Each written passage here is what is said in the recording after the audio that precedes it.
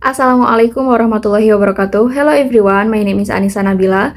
In this video, I will discuss the material titled Sources of Emotion Labor, Positioning and Agency in Pre-Service English Teachers, Emotion Labor Narratives. This topic explores the emotional challenge that students teachers face during practicum and how they position themselves within those experiences. The first is introduction and research focus. The research is grounded in the idea that becoming a teacher is not only about mastering methodology but also about dealing with emotional demands. This study aims to answer three main questions. The first is, what are the sources of emotion labor experienced by student teachers? The second question is, how do they position themselves and others within their narratives? And the third question is, how do they respond to manage those emotional tensions? To analyze the narratives, the researchers use concepts such as small stories, Bamberg and Gorgakopoulou, narrative positioning by Bamberg 1997, and the stance triangle by Du Bois 2007. Three frameworks help reveal how identity, evaluation, and alignment appear in everyday teaching-related stories. The second explanation is theoretical backgrounds, brief but complete. The first is small stories. Small stories are short, everyday narratives that highlight conflicts of tensions. In this study, all stories show a clash between student-teachers' belief and the institutional ideologies of the schools.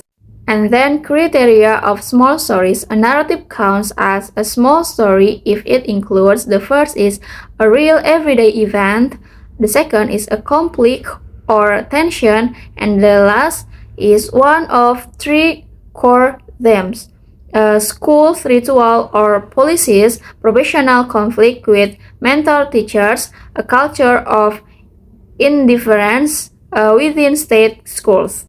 Next is narrative positioning. There are three levels. Level 1, positioning of characters inside the story. Level 2, positioning of the storyteller while telling the story. Level 3, identity formation through the story. Okay, the next is stand triangles. This includes evaluating events, positioning self and others, aligning or distancing oneself socially and ideologically. Okay, the third explanation is findings, emotion labor themes in the narratives. The analysis focused on 6 student teachers doing practicum in Turkish state schools. Their stories fall into 2 major themes. The first theme is school rituals and institutional policies. Okay, the first is A. Teacher greeting ritual. Kivang critiques the rule requiring students to stand whenever a teacher enters the classroom. He describes it as annoying, demotivating, and creating artificial authority. This shows his resistance to hierarchical, authoritarian school culture. And then B. Strict dress codes.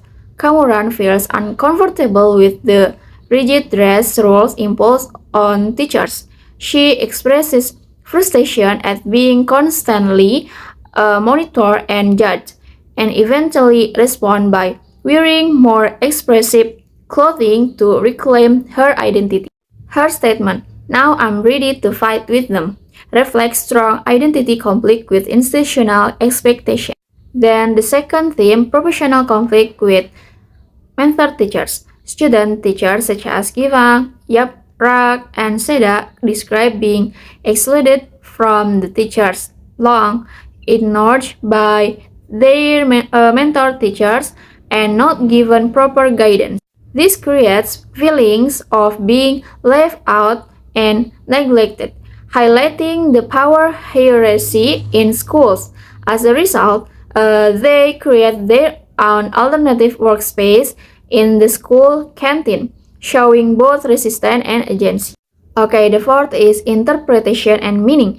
Across all narratives, emotion labor emerges when student teachers face tensions between their personal beliefs about teaching, the expectation of the school system, and the professional roles they are still learning to adapt. Through their stories, we can see how they evaluate situations, construct identity, and negotiate agency.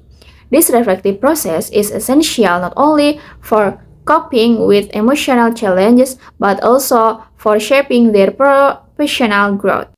Now, to conclude, these emotion labor narratives reveal that practicum is not just a technical learning path, it is also an emotional journey. By reflecting on their conflicts, frustration, and responses, pre-service teachers develop stronger awareness of who they are and who they want to become as educators. Okay, all, thank you for watching my video resume. I hope this summary gives meaningful insight into the role of emotional labor in teacher development. Wassalamualaikum warahmatullahi wabarakatuh.